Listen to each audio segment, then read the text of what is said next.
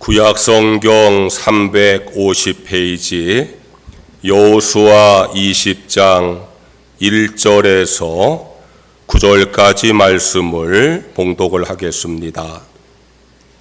여호와께서 여호수아에게 말씀하여 이르시되 이스라엘 자손에게 말하여 이르기를 내가 모세를 통하여 너희에게 말한 도피 성들을 너희를 위해 정하여 부지 중에 실수로 사람을 죽인 자를 그리로 도망하게 하라. 이는 너희를 위해 피의 보복자를 피할 곳이니라. 이 성읍들 중에 하나에 도피하는 자는 그 성읍에 들어가는 문 어귀에 서서 그 성읍의 장로들의 귀에 자기의 사건을 말할 것이요, 그들은 그를 성읍에 받아들여 한 곳을 주어 자기들 중에 거주하게 하고, 피의 보복자가 그의 뒤를 따라온다 할지라도 그들은 그 살인자를 그의 손에 내주지 말지니 이는 본래 미워함이 없이 부지 중에 그의 이웃을 죽였음이라. 그 살인자는 회중 앞에 서서 재판을 받기까지, 또는 그 당시 대제사장이 죽기까지 그 성읍에 거주하다가 그 후에 그 살인자는 그 성읍 곧 자기가 도망해 나온 자기 성읍 자기 집으로 돌아갈지니라 하라 하시니라. 이에 그들이 납달리의 산지 갈릴리 게데스와 에브라임 산지의 세겜과 유다 산지의 기럇 아르바 곧 헤브론과 여리고 동쪽 요단 저쪽 르벤 지파 중에서 평지 광야의 베셀과 갓 지파 중에서 길르앗 라못과 므낫세 지파 중에서 바산 골란을 구별하였으니 이는 곧 이스라엘 모든 자손과 그들 중에 거류하는 거류민을 위하여 선정된 성읍들로서 누구든지 부지 중에 살인자가 그리로 도망하여 그가 회중 앞에 설 때까지 피의 보복자의 손에 죽지 아니하게 하기 위함이라. 아멘. 이석희 집사님 나오셔서 특별 찬양을 드리겠습니다.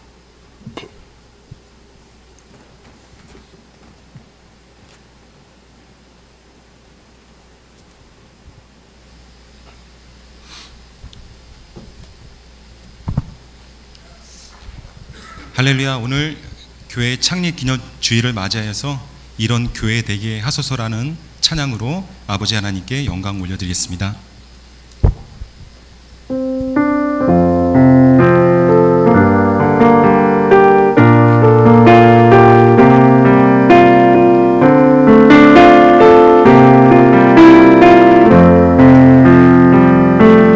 진정한 예배가 숨쉬는 교회, 주님이 주인 되시는 교회, 믿음의 기도가 쌓이는 교회, 최고의 찬양을 드리는 교회, 말씀이 살아 움직이는 교회, 성도의 사랑이 넘치는 교회, 섬김과 헌신이 기쁨이 되어 열매 맺는 아름다운 교회,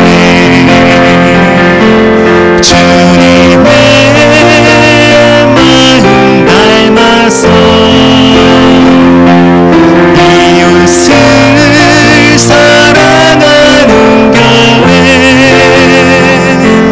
주님의 영광을 위해서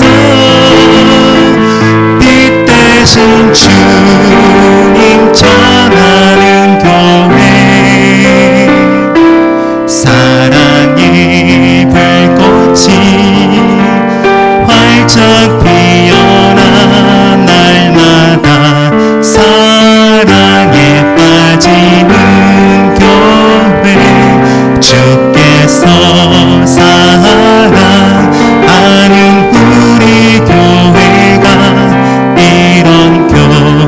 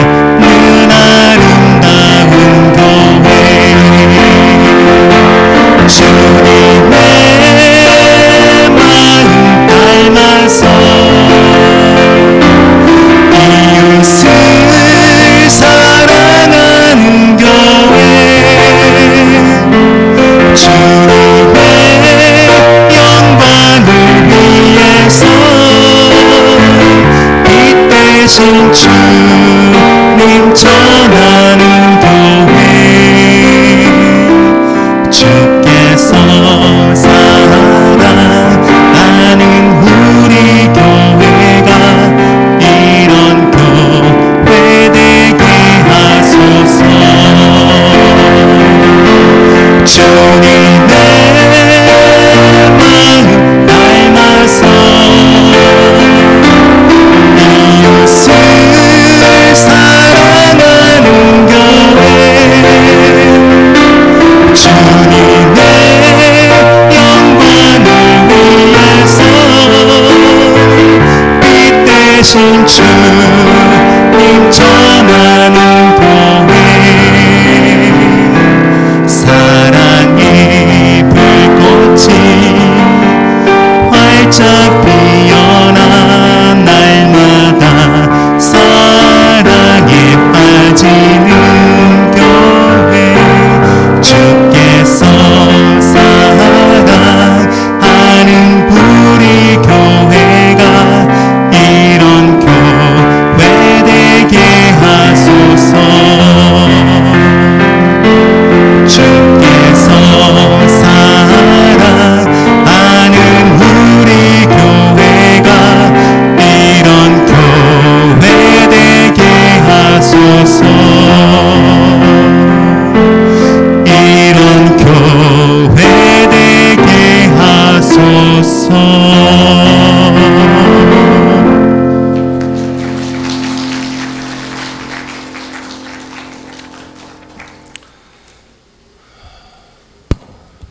오늘 본래 특송을 황홍조 장로님 내외가 하기로 예정돼 있었는데 전민석 원사님께서 갑산성이 안 좋아서 목소리가 안 나와서 그래서 다음으로 연기를 하고 갑작스럽게 제가 이석희님께 부탁을 했는데 흔쾌히 순종하셔서 은혜로운 찬양 진심으로 감사드립니다. 다시 한번 크게 박수로 감사하시기 바랍니다.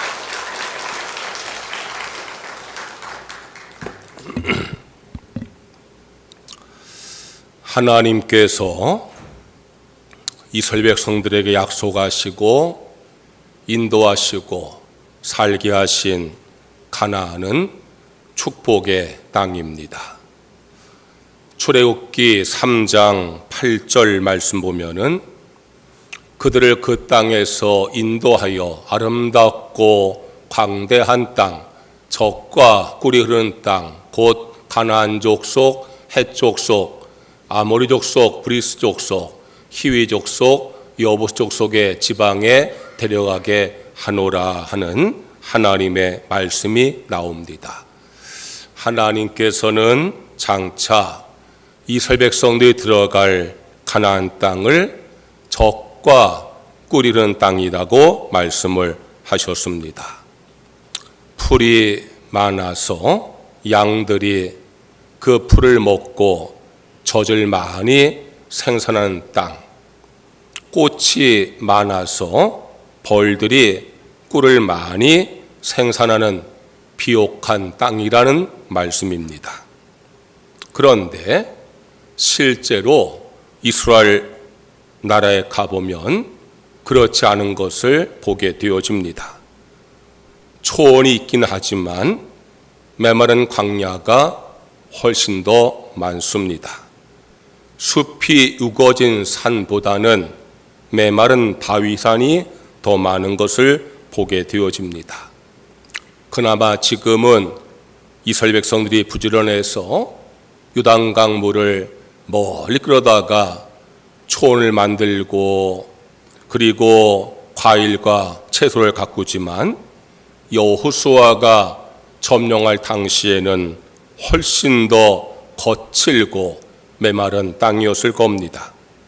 그런데 하나님께서는 그 가나안 땅을 젖과 꿀이 흐르는 비옥한 축복의 땅이라고 말씀을 하셨을까요?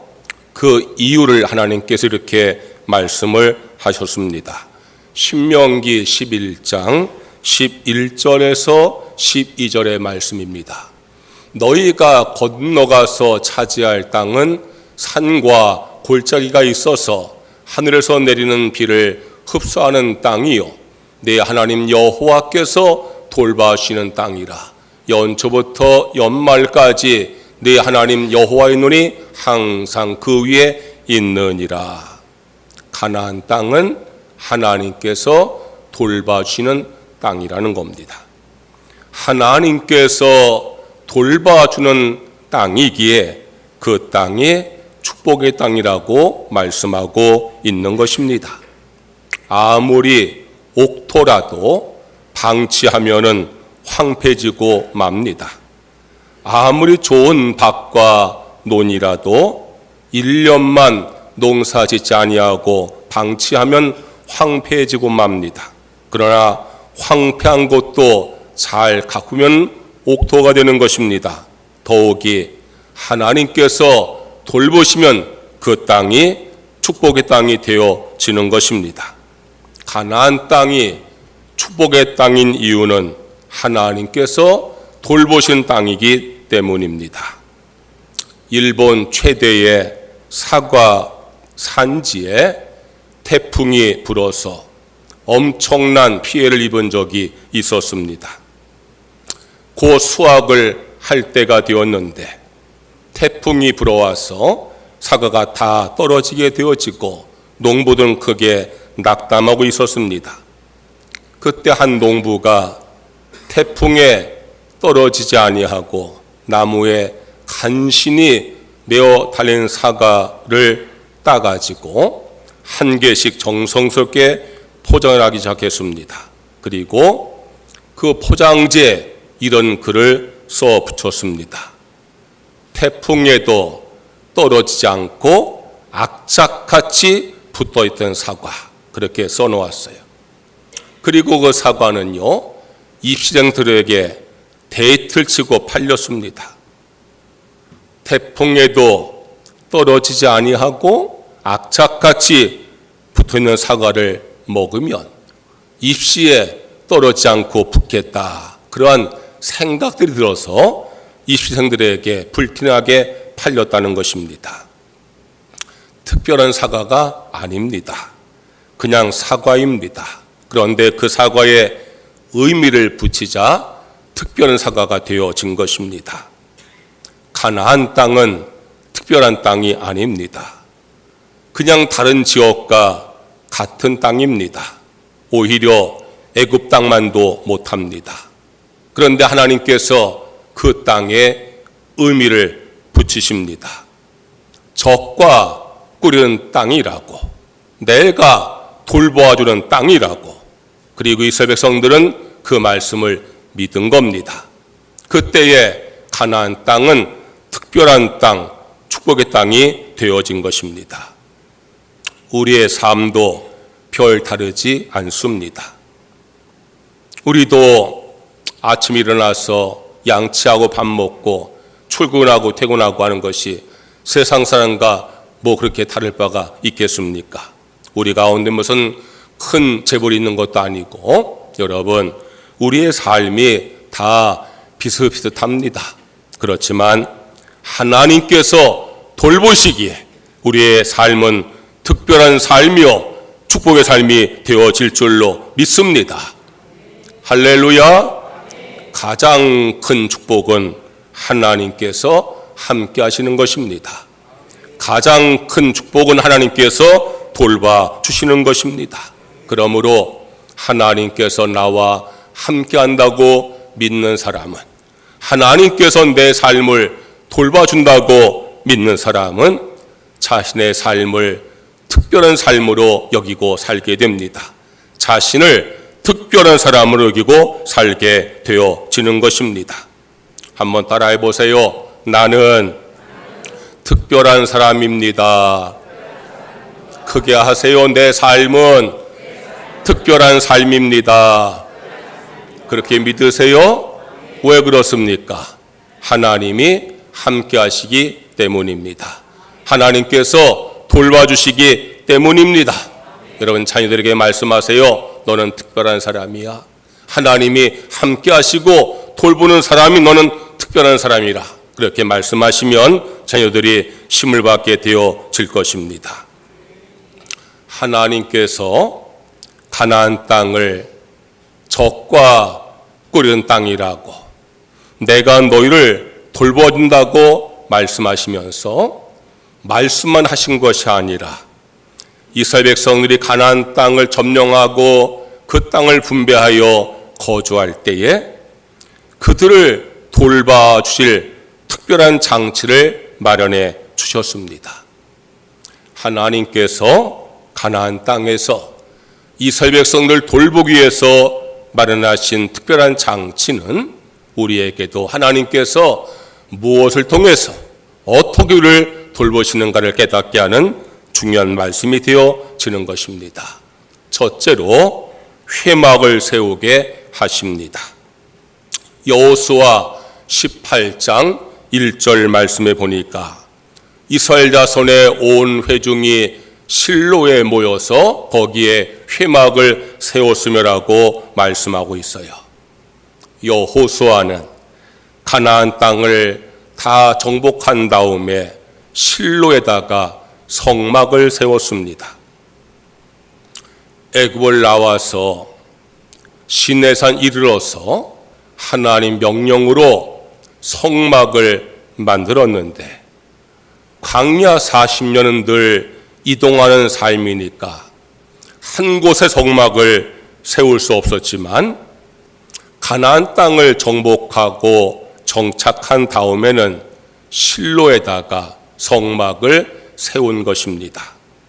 이 실로 성막은 엘리 지사장 때에 블레셋에 점령당할 때까지 약 350년간 실로에 세워져 있었습니다. 가나안을 정복한 다음에 회막을 다른 곳도 아니고 실로에 세운 이유가 있습니다. 실로라는 곳은 가나안의 중심 지역입니다. 가나안의 변두리가 아니라 중심 지역에 하나님께서 임재하시는 회막을 세움으로 이스라엘은 성막을 중심으로 살아가야 될 것을 깨닫게 하시는 겁니다. 우리가 사진으로 유럽의 도시들 보면은 항상 그 도시 중앙에 성전이 있잖아요. 그리고 그 앞에 넓은 광장이 있습니다. 하나님 믿는 유럽인들은요, 도시를 세울 때에 교회를 저 변두리에 세우지 않습니다. 가장 중앙에 세우고 그 성전이 중심이 되어서 성전 향해 살아가는 것이 기독교 문화가 가진 유럽 사람들의 모습이에요.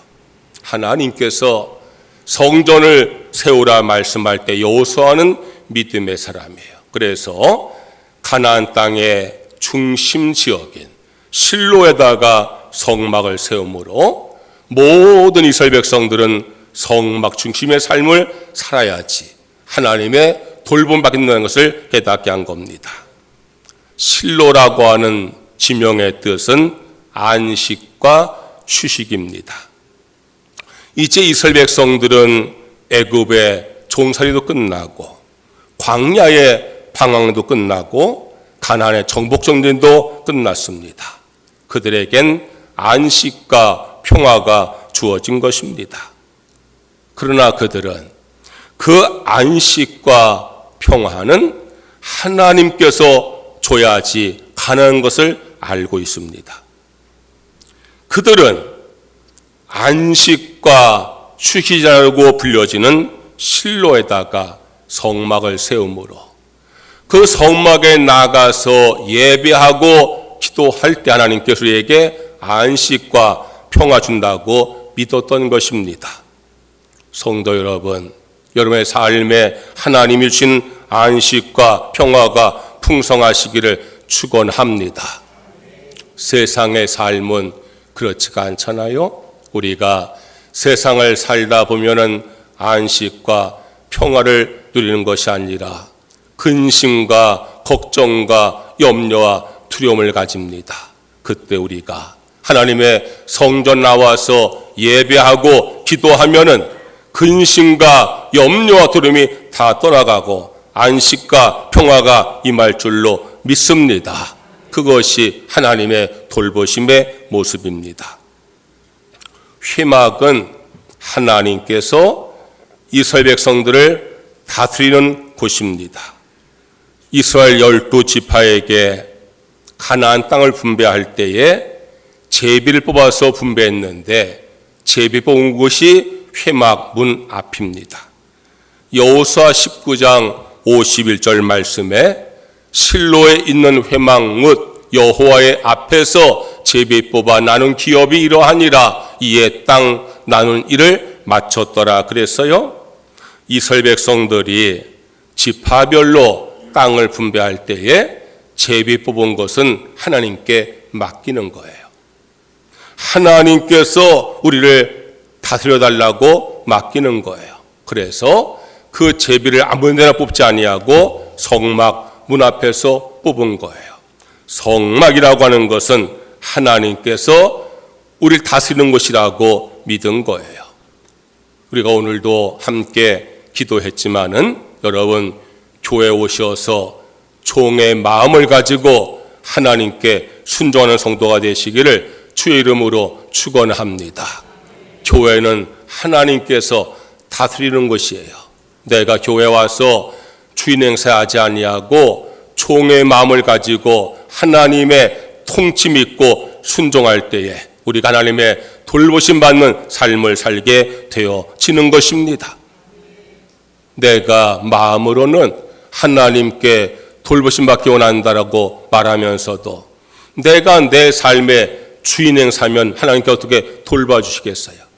하나님이 나의 왕이십니다. 나의 주님이십니다라고 고백하면서 하나님의 다스리심을 사모하는 사람이 하나님의 돌봄는 삶을 살게 될 줄로 믿습니다.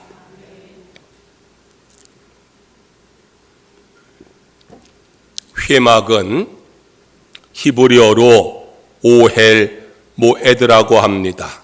그 뜻은 만남의 장막이에요. 이스라엘 백성들은 성막의 갈단임을 만난다고 믿은 겁니다. 여러분, 하나님께서 우리와 함께 하십니다. 어디서나 함께 하십니다. 무소 부자하신 하나님, 안 계신 것이 없는 하나님이십니다. 그러나 하나님을 만나는 가장 귀한 자리는 성전인 것을 믿으시기를 축원합니다. 금, 토, 일, 3일 연휴예요. 크리스찬들이 저 어디 강릉, 강원도 놀러 가가지고 호텔방에서 우리 모여서 예배합시다. 뭐 요즘에 영상을 다 띄워서 예배하니까 영상 보고 예배합시다. 그 믿음이 귀한 믿음이에요. 성전 나와서 예배하는 믿음이 귀한 믿음이에요. 여러분, 하나님을 찾아가고 내가 만나려고 노력할 때 하나님께서 내게 축복하시고 역사하시는 것을 믿으시기를 바랍니다. 하나님을 만나기 위해서 성전에 오는 거예요. 그래서 회막, 오헬, 모에드, 만남의 장막이라고 말씀하고 있는 겁니다. 하나님께서 가나안 땅에서 이스라엘 백성들을 이제 보살피시는 거예요. 그렇게 하기 위해서 만든 첫 번째 장치가 회막인 겁니다. 회막은 하나님께서 임재하시고 하나님께서 이스라엘 백성을 만나시는 곳입니다. 이스라엘 백성은 회막에 나가서 하나님의 다스리심을 고백을 하고 하나님께 순종을 하게 되어집니다. 가나안 땅은 축복의 땅입니다. 하나님께서 돌보시는 땅이기 때문입니다. 하나님께서 어떻게 돌보시는가? 회막을 통해서 돌보십니다. 성도 여러분, 하나님께서 나의 삶을 돌보실 때에 내가 축복된 삶을 살 수 있는 것을 믿으시기를 축원합니다. 하나님의 돌보심 받는 삶은 교회 중심의 삶을 사는 것입니다. 내가 교회를 멀리 하면서 하나님의 돌보심 받는 걸 기대하는 것은요, 헛된 생각입니다. 여러분, 교회 중심의 삶을 통해서 하나님의 돌보심 받으시기를 주의 이름으로 축원합니다. 성전을 중심으로, 교회를 중심으로 사는 삶은 예배 중심의 삶입니다. 교회라는 곳은 우리가 하나님을 만날 수 있는 영적인 공간이고, 예배라는 것은 하나님 만난 영적인 사건입니다. 여러분들, 교회 중심의 생활, 예배 중심의 신앙생활을 통하여서 하나님과 만남을 이루고 하나님의 돌보심을 받아서 축복의 삶을 살아가시기를 주의 이름으로 축원합니다. 둘째로 하나님께서 도피성을 만들게 하십니다. 가나안 땅을 다 분배한 다음에 하나님께서 여호수아에게 도피성을 만들라고 명령을 하셨습니다. 여호수아 20장 1절에서 2절의 말씀이에요. 여호와께서 여호수아에게 말씀하여 이르시되 이스라엘 자손에게 말하여 이르기를 내가 모세를 통하여 너희에게 말한 도피성들을 너희를 위해 정하라. 그렇게 말씀하셨어요. 하나님께서 모세에게 명령하시고 다시 여호수아에게 명령하셔서 가나안 땅에 거주할 때에 도피성을 만들게 하셨습니다. 그 도피성은 피난처입니다. 3절 말씀에 보면은 부지 중에 실수로 사람을 죽인 자를 그리로 도망하게 하라. 이는 너희를 위해 피해 보복자를 피할 곳이니라 그랬어요. 고의가 아니라 실수로 살해한 자들이 보복을 당하지 않도록 피난처로 도피성을 만들게 하신 겁니다. 이 도피성은 가나안 도처에 6군데가 마련되어서 죄인들의 피난처가 되게 하신 겁니다. 도피성은 죄인의 피난처라는 영적인 의미가 있습니다. 축복의 삶은 하나님께서 돌보시는 삶입니다. 하나님의 돌보심에는요, 피난처의 의미가 있습니다. 성도 여러분, 하나님께 피할 때에 하나님의 돌보심 받는 삶을 살게 되는 것을 믿으시기를 바랍니다. 하나님은 우리의 피난처가 되십니다.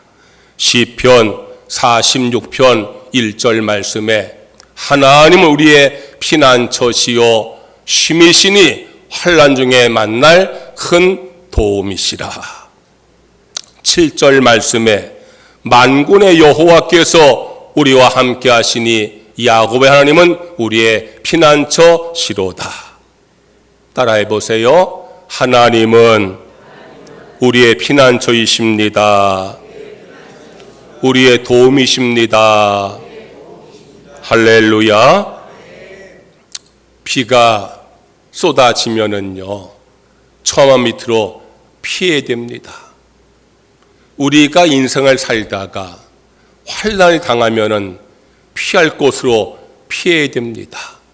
우리가 피할 곳은 하나님의 품인 줄로 믿습니다.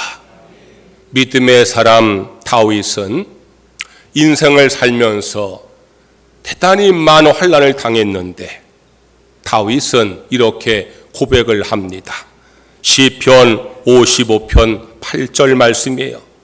내가 나의 피난처로 속히 가서 폭풍과 광풍을 피하리라. 어디로 간다고요? 나의 피난처로. 어떻게 간다고요? 속히. 피난처가 어디예요? 하나님.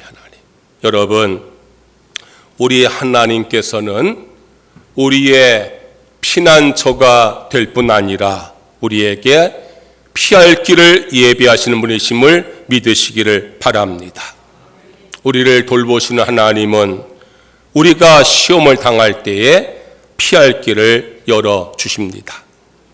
고린도전서 10장 13절 말씀에 사람이 감당할 시험 밖에는 너희가 당한 것이 없나니 오직 하나님은 미쁘사 너희가 감당하지 못할 시험당함을 허락하지 아니하시고 시험당할 즈음에 또한 피할 길을 내사 너희를 능히 감당하게 하시느니라 그랬어요. 시험에는 두 가지가 있어요. 하나님의 시험, 시련이 있고요. 마귀의 시험, 유혹이 있어요. 하나님께서 우리에게 시험을 하십니다. 시련을 주십니다. 사람이 감당할 시험 밖에는 너희가 당한 것이 없나니 오직 하나님은 미쁘사 너희가 감당하지 못할 시험 당함을 허락하지 아니하신다 그랬어요. 하나님의 시험은요 감당 못할 것이 없다 그 말이에요.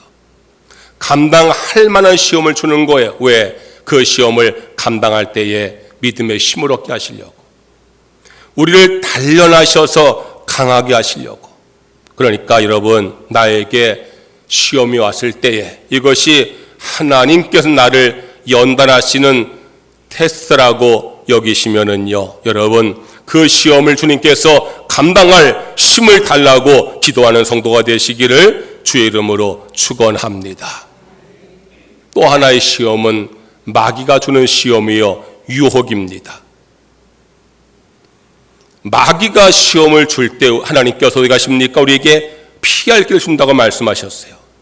시험 당할 즈음에 또한 피할 길을 내사 너희로 능히 감당하게 하시느니라.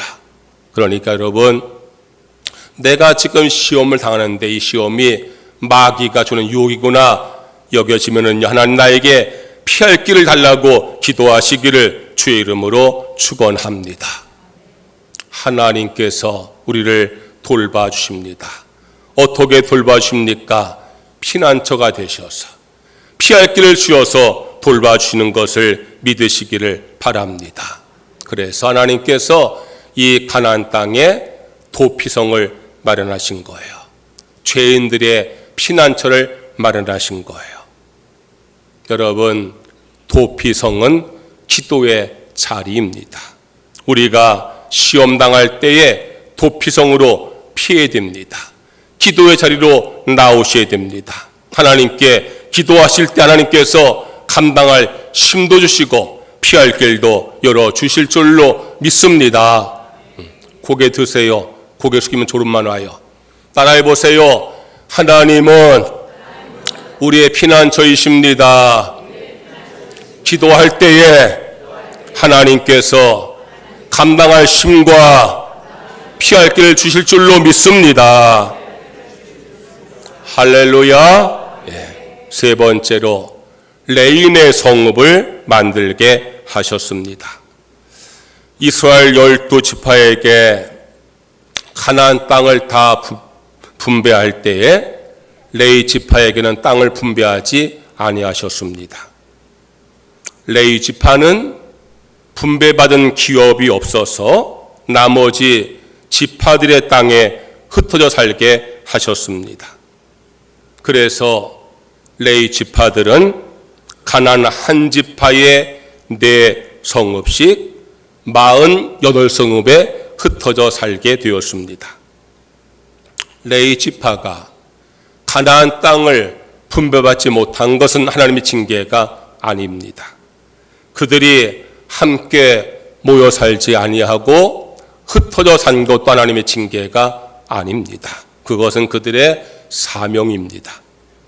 그들은 한 곳에 모여 살지 아니하고 각 지파에 흩어져서 그들에게 말씀을 가르치고 그들 영적으로 돌보고 섬겨야 될 사명을 받은 겁니다.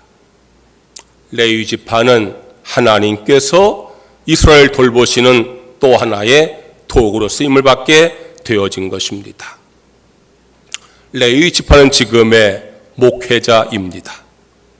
하나님께서 레위 지파와 제사장을 통해서 이스라엘 백성들을 돌봐주신 것처럼 지금은 목회자를 통해서 성도를 돌보게 하시는 겁니다.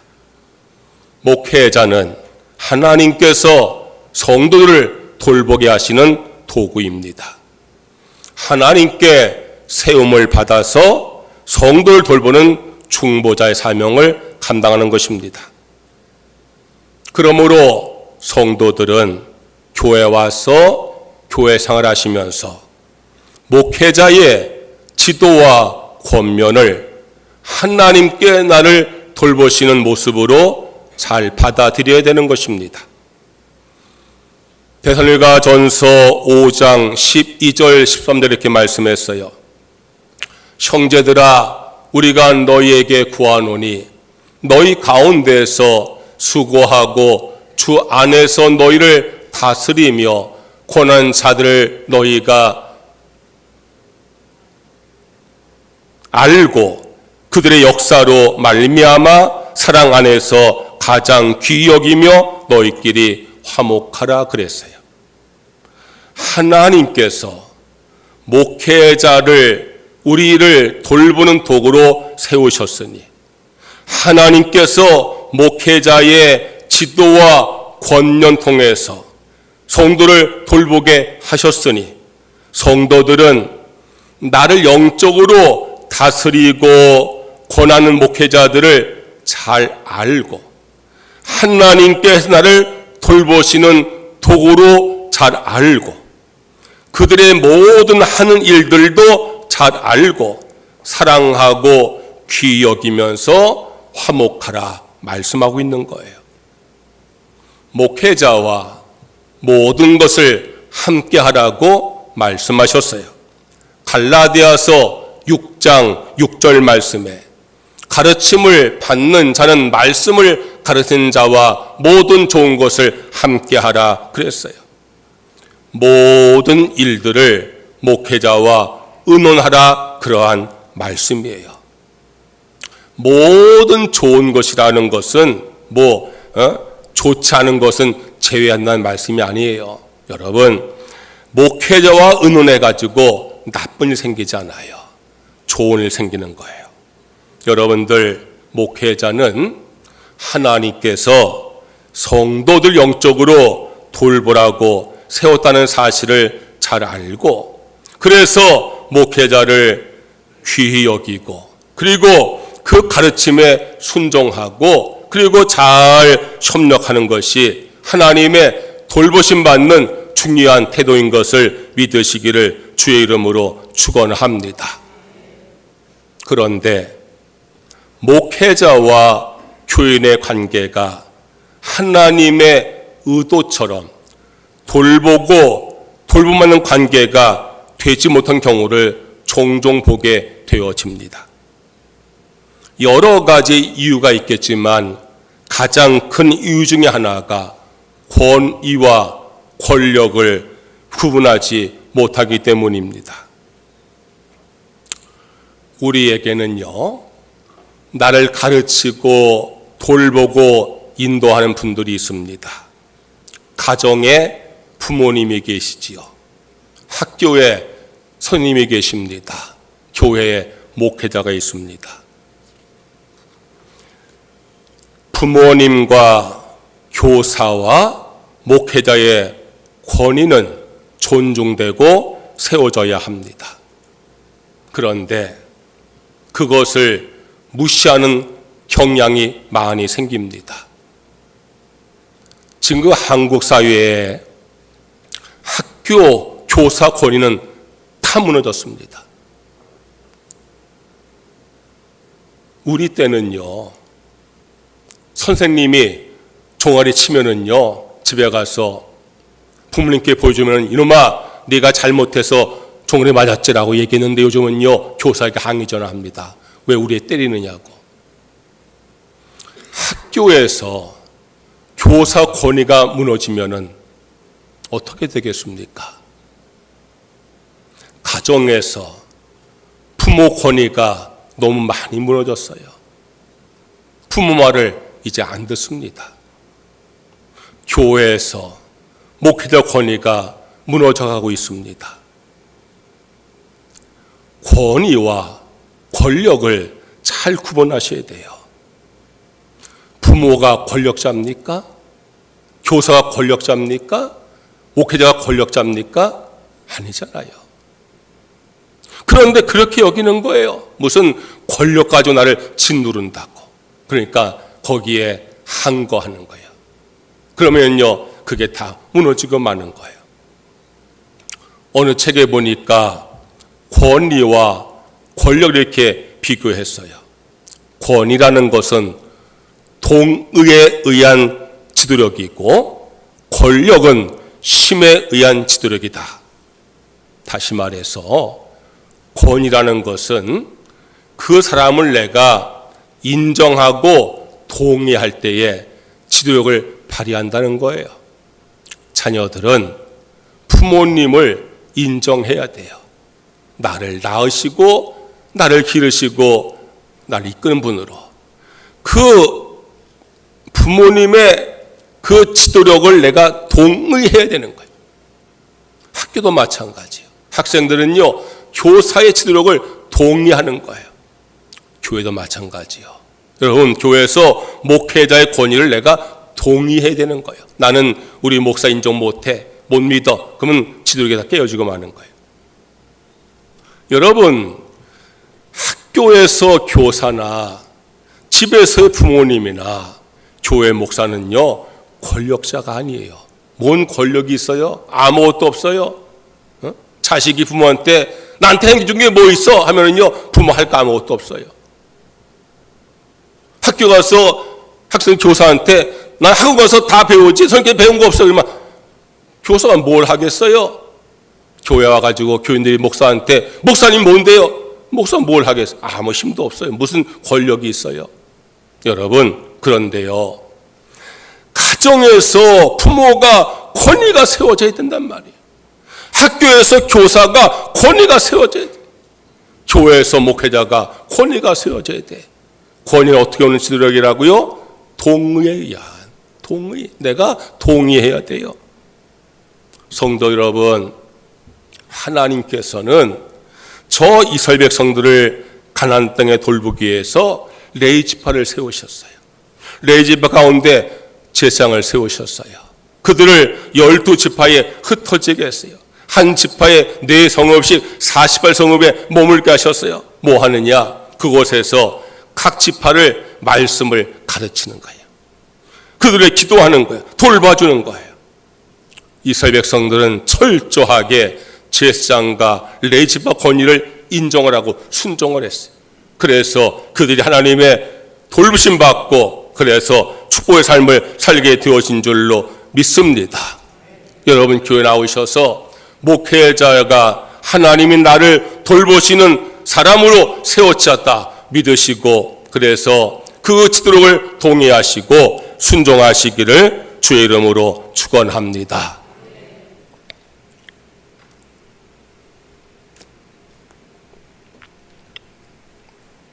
아멘을 안 하는 사람 동의를 안 하는 거예요? 응? 다시 내 물어볼게요.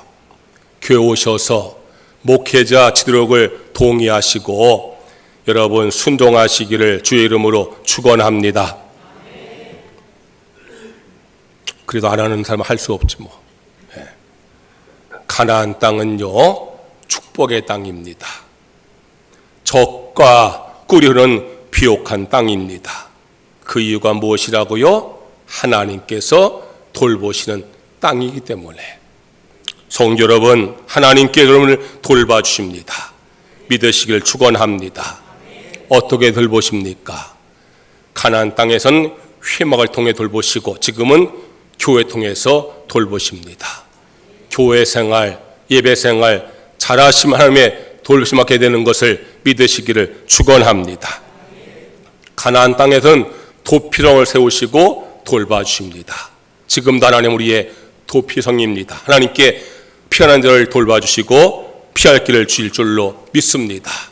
가나안 땅에서는 레위 지파 세워서 돌봐주십니다. 지금은 목회자 세워 우리를 가르치시고 권위하시고 돌봐주시는 거예요. 여러분 모두가 교회 생활, 예배 생활 그리고 하나님께 나아가서 기도하심으로 목회자를 잘 순종하심으로 하나님의 돌보심 받는 축복의 삶을 살아가시기를 주의 이름으로 축원합니다. 찬양하겠습니다.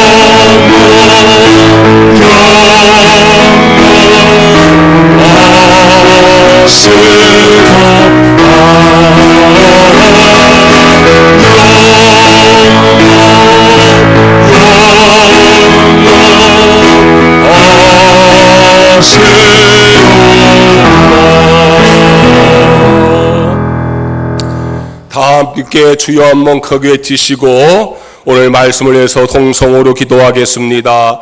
주여 할렐루야 할렐루야. 여호와 우리 아버지 하나님, 우리 하나님의 은혜를 찬양하며 감사와 영광을 돌립니다. 우리가 2024년을 맞이해서 하나님의 축복을 사모하면서 여호수아 말씀을 통해서 하나님 말씀을 나누며 믿음으로 믿게 하시니 감사를 드립니다. 오늘 말씀을 하나님께서 돌봐주심으로 우리의 삶에 축복된 삶인 것을 믿게 하시니 감사를 드립니다. 우리의 삶이 하나님의 돌보심 받는 삶이 될 때에 우리의 삶이 축복의 삶이 되어 줄로 믿습니다. 하나님 돌보심 받기 위해서 교회 생활을 잘하고 예배 생활을 잘하게 하여 주시옵소서. 내가 환난당할 때는 피하고 하나님을 피한 자 삼게 하시고 하나님께 기도함으로 피할 길을 우리가 나아갈 수 있도록 우리 주께서 인도하여 주시기를 간절히 바라옵고 원하옵나이다. 하나님을 돌보기 위해서 목회자를 세우셨으니 목회를 통해서 권능을 받고 또한 교훈을 받을 때에 잘 따르고 순종함으로 말미암아 하나님의 돌보심 받는 삶을 살아갈 수 있도록 우리 주 여호와께서 인도하여 주옵시기만을 간절히 바라옵고 원하옵나이다. 여호와 나의 아버지는 저희를 물된 봉사하는 축복과 하나님의 생각 은혜를 받게 하여 주시옵소서. 하나님의 돌보심을 받아 늘 축복된 삶을 살아갈 수 있도록 여호와께서 인도하여 주옵시기만을 간절히 바라옵고 원하옵나이다.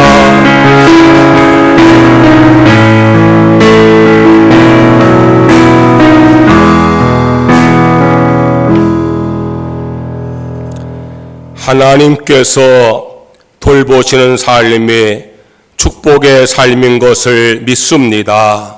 저희들 교회 생활, 예배 생활 잘함으로 하나님의 돌보심 받는 삶을 살게 하여 주시옵소서. 시험과 환난 당할 때 여호와께 피하고 기도함으로 주의 도우심 받는 성도가 되게 하여 주시옵소서. 목회자를 주님께서 세우신 종으로 여겨서 그 가르침과 권위를 따름으로 하나님 돌심받는 우리 모두의 삶이 되게 하여 주시옵소서. 예수님의 이름으로 기도드리옵나이다. 아멘. 봉헌 찬송하시면서 봉헌하겠습니다.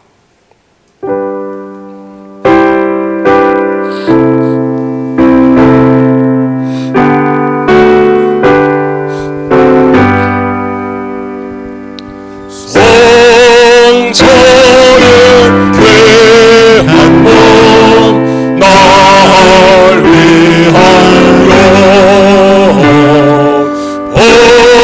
버리신 그 사랑 고마워. 내 머리 숙여서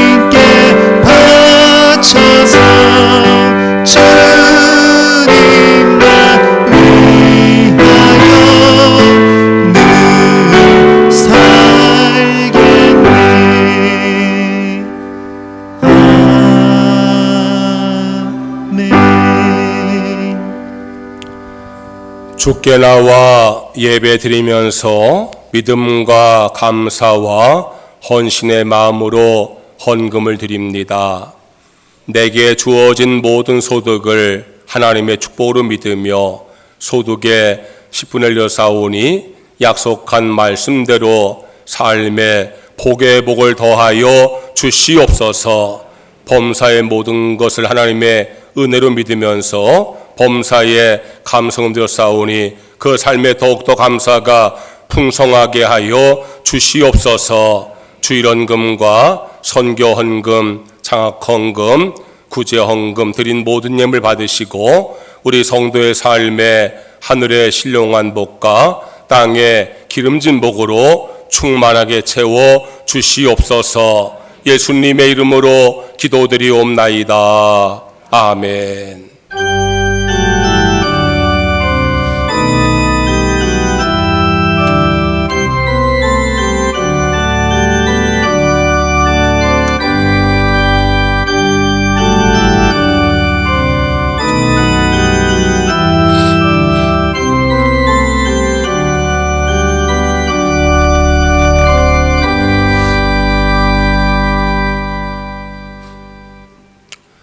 교회 소식을 전하겠습니다. 잘 들으시고 기억하시기 바랍니다. 3월달 목회 계획이 있는데 다음 주일은 오후 시간에 교회 봄맞이 대청소를 하겠습니다. 그리고 세 번째 주일 오후 4시부터 지방 남성교회 헌신예배가 있습니다. 마지막 주일은 부활주일이고 오전 예배 때 성찬식을 하고 오후 예배는 속회별로 찬양축제를 하겠습니다. 속회별로 잘 준비하셔서 은혜로운 그러한 행사가 될 수 있기를 바랍니다. 3월달 예배위원회 안내 이승수 권사님, 봉헌의 김중권 장로님이십니다.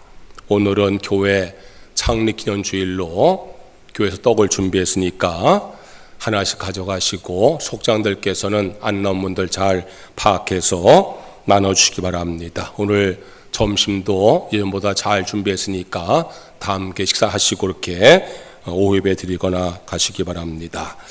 여선교에서 선교 사업으로 칫솔과 도토리묵을 판매합니다. 칫솔은 지방 여성교회 사업인데 우리에게 이렇게 부담이 되어서 하는 것인데 4개 한 세트가 4만 원입니다. 뭐 싸지는 않지만 우리들이 만 원. 예, 큰일 날 뻔했네요. 4개 한 세트가 10,000원이니까 여러분들 몇 개 없다. 20개 있다고요? 그러니까 선착순입니다. 그러니까 사시기 바라고. 우리 교회 여성교회에서 어제 도토리묵을 만들어서 판매하는데 여러분들 사가셔서 맛있게 드시기 바랍니다. 제가 치수도 써보고 묵도 먹어봤는데 참 맛있어요. 여러분들 사가시기 바랍니다. 이 시간에 장학금을 수여하겠습니다. 우리 대학생 4명, 중고생 다 앞으로 나오세요. 자, 호명하지 않더라도 지금 빨리 앞으로 나오시기 바랍니다.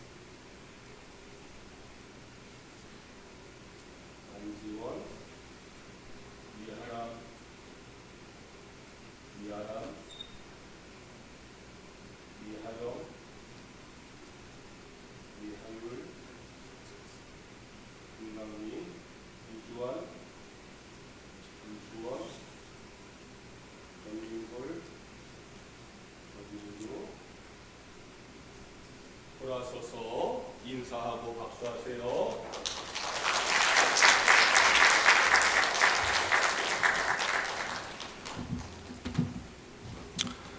여러분들 장학헌금 드리신 걸 모아서 우리가 대학생들한테는 50만 원씩 그리고 중고생은 10만 원씩 장학금을 지급을 하게 돼서 감사하게 생각을 합니다.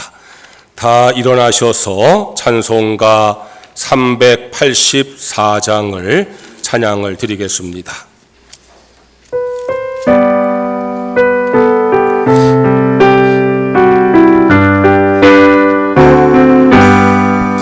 너의 갈 길 나가도록 예수 인도하시니 내 주 안에 있는 공유 어찌 의심하리요. 믿음으로 사는 자는 나를 회복하리니 무슨 일을 만나든지 난 사랑동하리요. 무슨 일을 만나든지 난 사랑동하리라. 너의 갈 길 따라도록 예수 인도하시니 어려움을 당한 때로 적하여 주시니 나를 신뢰하고 영원히 웃가라. 나의 내 반석에서 샘을 나게 하시네. 나의 내 반석에서 샘을 나게 하시네. 나의 갈 길 따라도록 예수 인도하시네. 그의 사랑 어찌 큰지 말로 알 수 없도다. 성령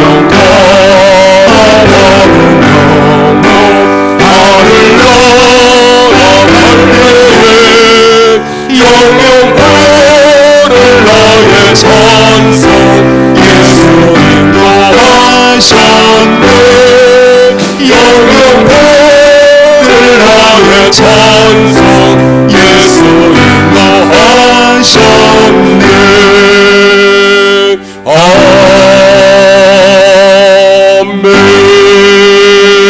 아멘. 하나님 아버지, 우리 예배를 받아 주셔서 감사합니다. 은혜 주셔서 감사합니다. 우리의 마음속에 기쁨과 감사 평안이 충만하게 하여 주시옵소서. 육신의 질병을 치료하여 주시옵소서. 병만을 물리쳐 주시옵소서. 우리의 수고하고 무거운 짐을 다 해결하여 주시옵소서. 가정을 축복하셔서 믿음의 가정 화목하고 평안한 가정 되게 하여 주시옵소서. 우리 자녀를 축복하셔서 믿음으로 성장하게 하시고 지혜를 더하시고 어디 가든 머리가 되게 하여 주시옵소서. 좋은 스승과 좋은 친구를 만나게 하여 주시옵소서. 좋은 직장 예비하시고 믿음의 배우자도 예비하여 주시옵소서. 외지와 외국과 군에 간 교우들 지켜 보호하여 주시옵소서. 성도의 직장을 축복하셔서 인정받고 승진하게 하여 주시옵소서. 경영 기업이 날마다 번성하게 하여 주시옵소서. 이제는 우리 구주 예수님의 무한하신 은혜와 하나님 아버지의 크신 사랑과 성령의 감화 감동 역사하심이 하나님의 돌보심 받기를 간구하는 성도들에게 이제부터 영원히 함께 하시옵기를 간절히 축원하옵나이다. 아멘.